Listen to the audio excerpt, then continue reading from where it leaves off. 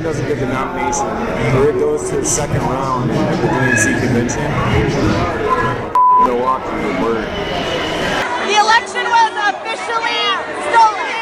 And Hillary Clinton is going to go toe-to-toe with Donald Trump, and she's going to win. And all the booing in the world does not change the fact. It'll start in Milwaukee, and then when the police push back on that, and other cities will. Bernie Bros, if you're out there, and keep your emails because I don't care.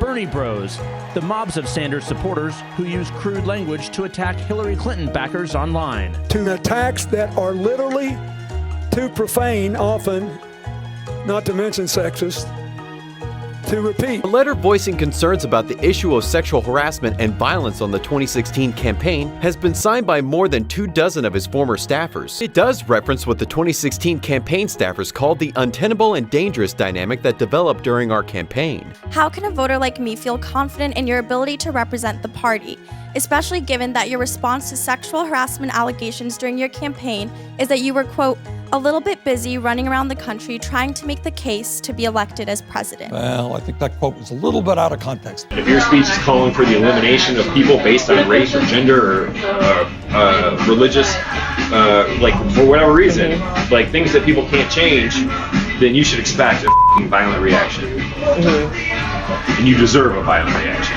Let's begin with this week's horrible shooting. You said on the Senate floor that it was carried out by someone who had apparently volunteered for your campaign. His hometown paper, the Bellsville News-Democrat, reports that Hodgkinson has written a number of letters to the editor, and in those letters, he often railed against Republicans, their tax policies, and called for them to be voted out of office altogether. We've also learned that he was a volunteer for the Bernie Sanders campaign. Be ready to be in Milwaukee for the DNC convention. We're going to make 1978 look like a Girl Scout cookout. The cops are going to be the ones that are getting beaten in Milwaukee. And it was just seemed right and appropriate that poor people were rising up against rather ugly rich people. Now, we're talking about Cuba now. I was very excited and impressed by the Cuban Revolution. No matter what country or what laws that exist, they're irrelevant to. There are things greater than those systems, right? Right. There are things that are more important than the rule of law in the United States. There's only one conservative site that can go toe-to-toe with the liberal media.